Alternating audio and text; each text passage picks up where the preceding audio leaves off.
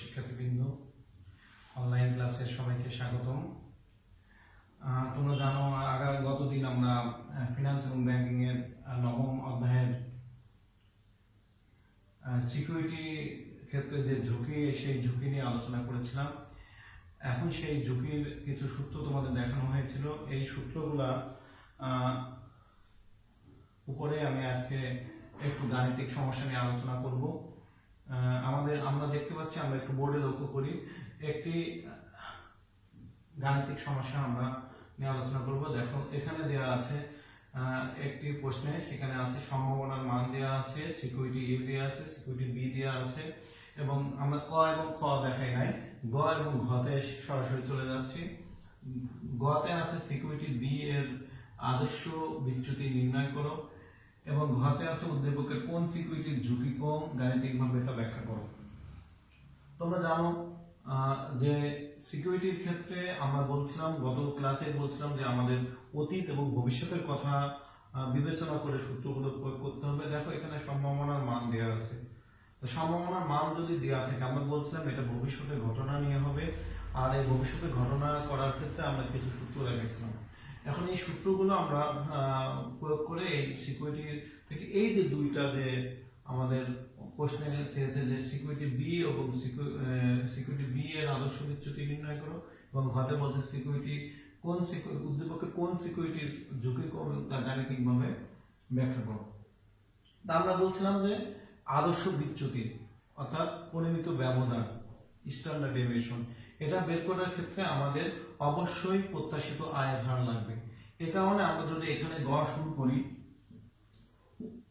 প্রত্যাশিত আয়ের হার বের করার পর আমরা আদর্শ বিচ্যুতির প্রয়োগ করতে পারবো। তা আমরা প্রথমে প্রত্যাশিত আয়ের হারটা বের করি। খেয়াল করি, প্রত্যাশিত আয়ের হারের ক্ষেত্রে আমরা ব্যবহার করতে পারি কি, এক্সপেক্টেড রিটার্ন।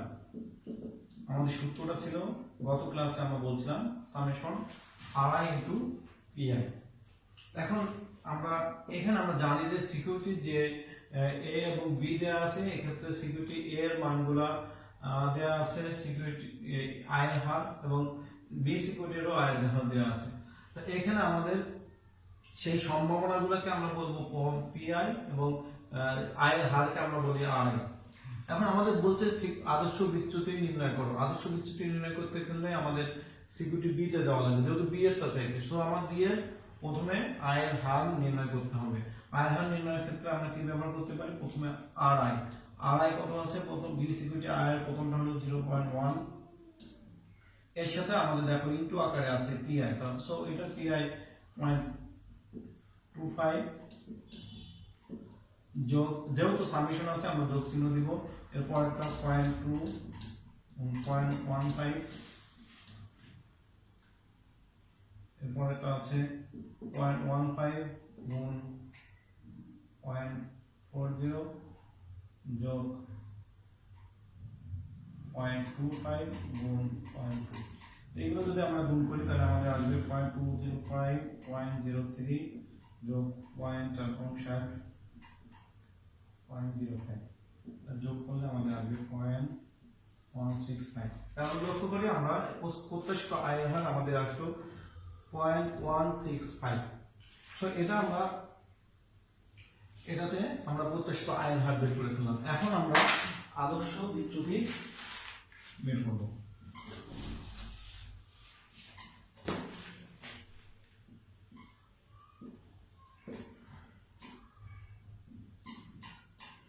আদর্শ বিচ্যুতির সংকেত হলো সিগমা। আমরা সূত্রটা কিভাবে লিখছিলাম একটু খেয়াল করি, সামেশন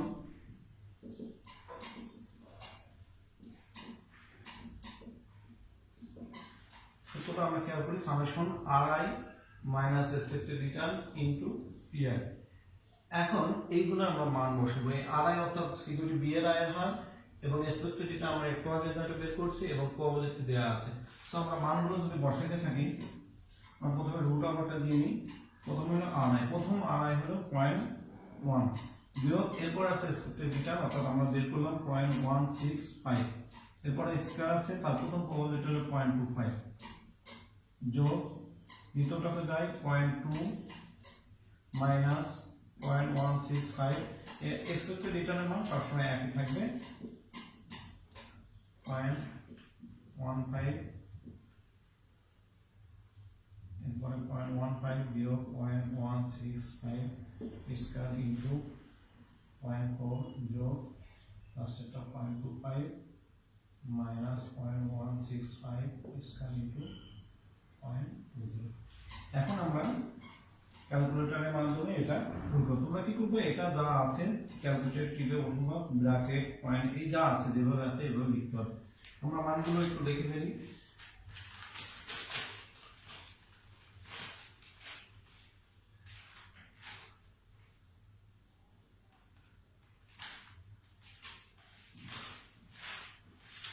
আমরা লেখার চেষ্টা করি। এটার মান আসে 0.00105625 এবং এটার মান আসে 0.001835 যোগ এটার মান আসে 0.0009 এটার মান আসে। আমরা এগুলো যোগ করলে পরে আমাদের আসবে রুট 0.0027775 এবং এটার সমাধান করলে 0.05267 এটা আমাদের আদর্শ বিচ্যুতির মান। আমরা এইভাবে আমরা গয়ের সলিউশনটা করে ফেলতে পারি। এখন আমাদের ঘতে আছে উদ্দীপকের কোন সিকিউরিটির ঝুঁকি কোন গাণিতিকভাবে তা ব্যাখ্যা করো। আমরা প্রথম দিনই বলছিলাম যে আগের ক্লাসে বলছিলাম ঝুঁকি কম বা বেশি সেটা নির্ণয় করার জন্য বিভেদাঙ্ক বের করতে হয়। আর বিভেদাঙ্ক ক্ষেত্রে আমাদের দরকার হয় আদর্শ বিচ্যুতি এবং প্রত্যাশিত আয়ের হার।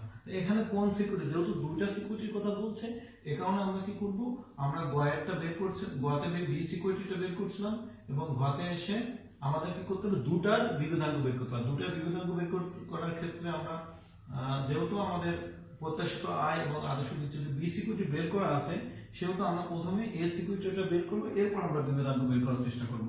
আমরা ঘতে যাই।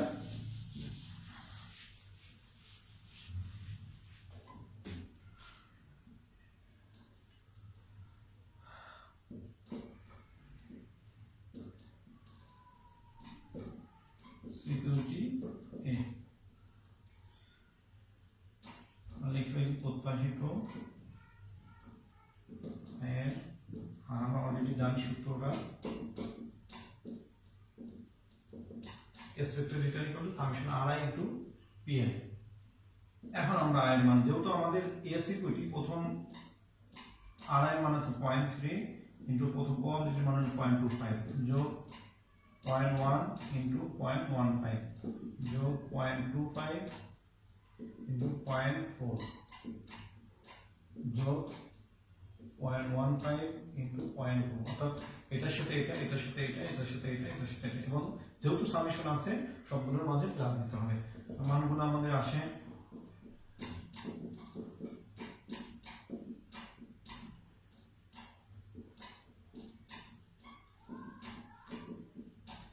এই আমাদের প্রত্যাশিত আয়ের হার চলে আসলো 0.22। এখন এই প্রত্যাশিত আয়ের হার থেকে আমরা কি করতে পারি, আমরা আদর্শ বিচ্যুতি বের করতে পারি।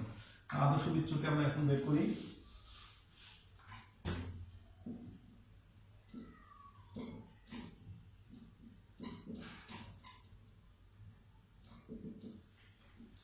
সূত্রটা একটু আগে আবার দেখাইছি, আমরা আবার লিখি।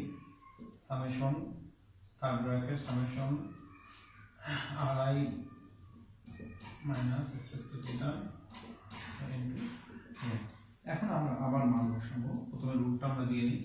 প্রথম সিকিউরিটি এ এর ক্ষেত্রে আমাদের আয়ের হার আড়াই আছে 0.3, আমরা বসাই 0.3 বিয়োগ আমাদের যে প্রত্যাশিত আয়ের হার বের হয়েছিল সেটা আমরা বসাই 0.22 স্কয়ার ইনটু প্রথম প্রবাবিলিটির মান হলো 0.25 যোগ 0.10 বিয়োগ 0.22 স্কয়ার ইনটু 0.15 যোগ 0.25 বিয়োগ হলো 0.22 স্কয়ার ইনটু প্রবাবিলিটির মান 0.4 যোগ 0.15 বিয়োগ 0.22 স্কয়ার ইনটু প্রবাবিলিটির মান 0.2। এটা আমরা মানগুলো বসাই, ঠিক ক্যালকুলেটর যেভাবে আছে এখান থেকে পর্যন্ত তুলবো, তুললে পরে আমাদের মানটা চলে আসবে। পরে আসে পরেরটা আসে,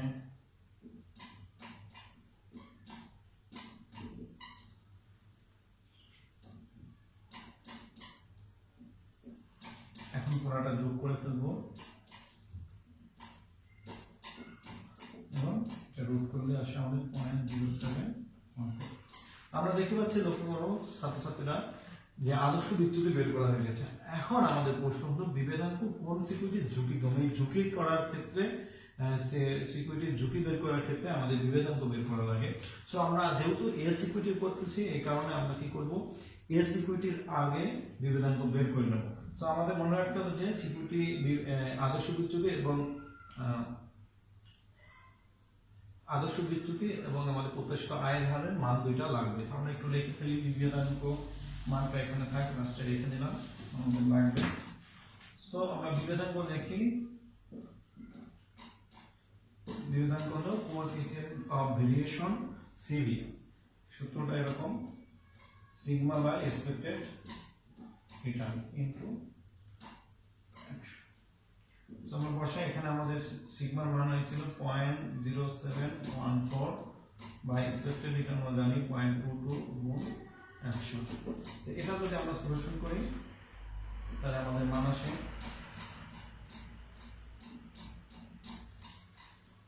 এটা আমরা সিকিউরিটি এ বের করে ফেললাম। এখন আমাদের যেহেতু দুটি সিকিউরিটির মধ্যে কোনটি ঝুঁকি কম সেটা বের করতে হবে, এই কারণে আমরা কি করব, আমরা আবার বি সিকিউরিটির ক্ষেত্রে যাই।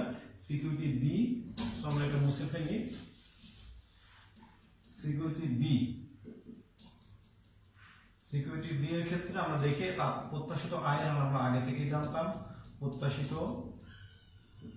আয়ের হার এক্সপেক্টেড রিটার্ন, এটার মান ছিল আমাদের 0.165 এবং আদর্শ বিচ্যুতি আমরা গ তে বের করছিলাম, আমরা লিখে নিতে পারি, গ থেকে পাই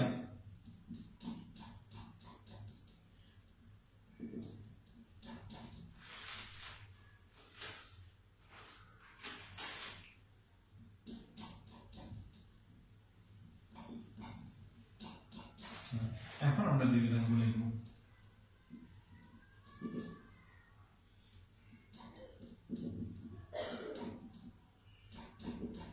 মানটা বসাই দিই,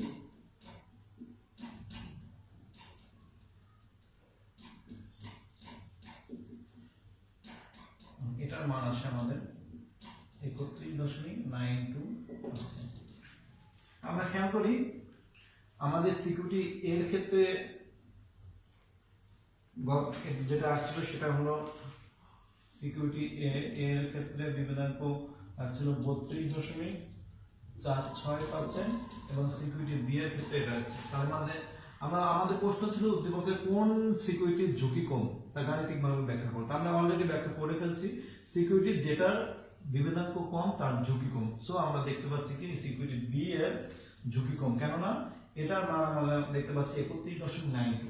সো আমরা এই ক্ষেত্রে আমরা লিখে দিতে পারি সিকিউরিটি বি এর ঝুঁকি কম, কেননা সিকিউরিটি এ এর বিভেদাঙ্ক 32.46% এবং সিকিউরিটি বি এর বিভেদাঙ্ক 31.92%। যেহেতু বি সিকিউরিটির পার্সেন্টেজ কম, সুতরাং আমরা বলতে পারি যে উদ্দীপকে সিকিউরিটি বি এর ঝুঁকি কম। তা ছাত্রছাত্রীরা, আমরা যেটা দেখালাম তোমাদের, এটা একটা ভবিষ্যতের ঘটনা নিয়ে বা ভবিষ্যতের গাণিতিক সমস্যা নিয়ে আমরা ঝুঁকি বের করার চেষ্টা করলাম। পরবর্তী ক্লাসে আমরা চেষ্টা করব আরেকটি অতীতের গাণিতিক প্রবলেম নিয়ে আলোচনা করা। তারপর ছাত্রছাত্রী তোমরা ভালো থাকবা আর ঘরে থাকবা, সুস্থ থাকবা। যেহেতু করোনা পরিস্থিতি আস্তে আস্তে দীর্ঘায়িত হচ্ছে, সো আমাদের মাননীয় প্রধানমন্ত্রী বলছে যে যদি এই অবস্থা চলতে থাকে তাহলে সেপ্টেম্বরের আগে কোনো স্কুল কলেজ খুলবে না। এ কারণে তোমরা বাসায় থেকে আমাদের লেকচারগুলো ফলো করতে থাকো এবং চেষ্টা করো প্রিপারেশন নেওয়ার। সবাইকে ধন্যবাদ ও শুভেচ্ছা।